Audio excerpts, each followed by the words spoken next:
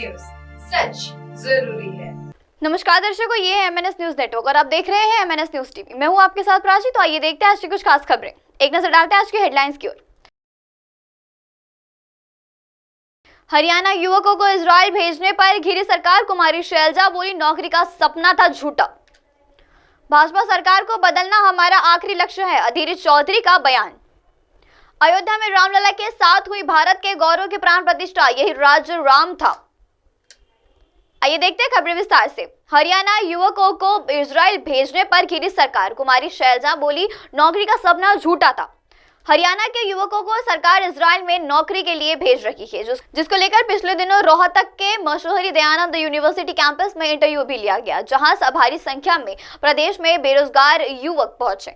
Israel और Hamas के बीच छिड़े युद्ध के दौरान प्रदेश के युवाओं को वहां भेजने को लेकर विपक्ष लगातार खट्टर सरकार का घेरा हुआ है। इसी बीच हरियाणा कांग्रेस की वरिष्ठ नेता कुमारी शैलजा की भी प्रतिक्रिया आई है। वहीं किरण चौधरी ने एक्स पर पोस्ट कर लिखा है कि मर जाएंगे गोली खाकर मगर जाएंगे नहीं, कम से कम भूखे तो नहीं मरेंगे। कड़ाके की ठंड में इजराइल जाने के लिए उतारों के लगे युवकों के यह शब्द बताते हुए हरियाणा में बेरोजगारी का एक अलार्म भी बजा। इजराइल और हमास के बीच बिछड़े युद्ध के कारण वहां किसी देश के लोग नहीं जाना चाहते हैं, पर यहाँ के युवकों को मजदूर बनाकर भेजा जा रहा है। मैं पूछती हूँ कि इन युवकों की जाने से खेलने का प्रदेश सरकार को क्या मिल रहा है? इन युवकों को सुरक्षा की जिम्मेदारी कौन लेगा? इन दुर्गवती को भी सेवाओं का लाभ नहीं मिलेगा, पर इन्हें जॉब करके आखिर सिर्फ रोजगार ही मिलना है, पर इनके जान के खेल कर हमें भी क्या मिलेगा? आइए बढ़ते अगली खबर की ओर। भाजपा सरकार को बदलना हमारा आखिरी लक्ष्य होगा, अधीर चौधरी का आया बड़ा बयान।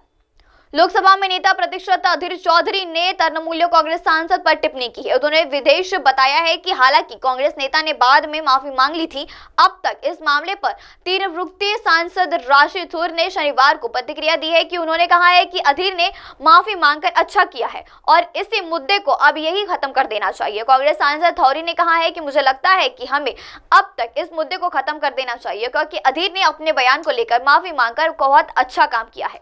उधर विपक्ष गठबंधन इंडिया को लेकर बात कर रहे हैं कि उन्होंने कहा है कि गठबंधन में सीटों के बंटवारों पर राज्यवार चर्चा हो रही है। किसी के भी पास सभी के लिए एक ही साइज के फीट वाला समाधान नहीं है। हर राज्य में अलग अलग कहानियां होंगी।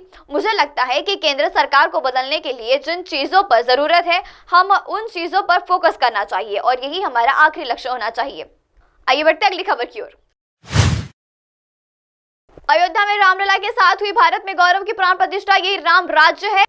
मुख्यमंत्री योगी आदित्यनाथ ने शनिवार को बदायूं जिले में बरक्रॉस प्लांट के 400 करोड़ रुपए के अधिक के परिजनों की सौगात दी है। दकावंत के साथ गांव में सजौनिया में आयोजित कार्यक्रम में एजेंसी क्वाल के बयगौस प्लांट का उद्घाटन किया। मुख्यमंत्री ने कहा है कि नए भारत का नया उत्तर प्रदेश दिखाई दे रहा है। समुदाय में हो रहे सुबह भी सुरक्षा को व्यवस्थित करते हुए उन्होंने कहा है कि 7 वर्ष पहले सुरक्षा के साथ खिलवाड़ होता था।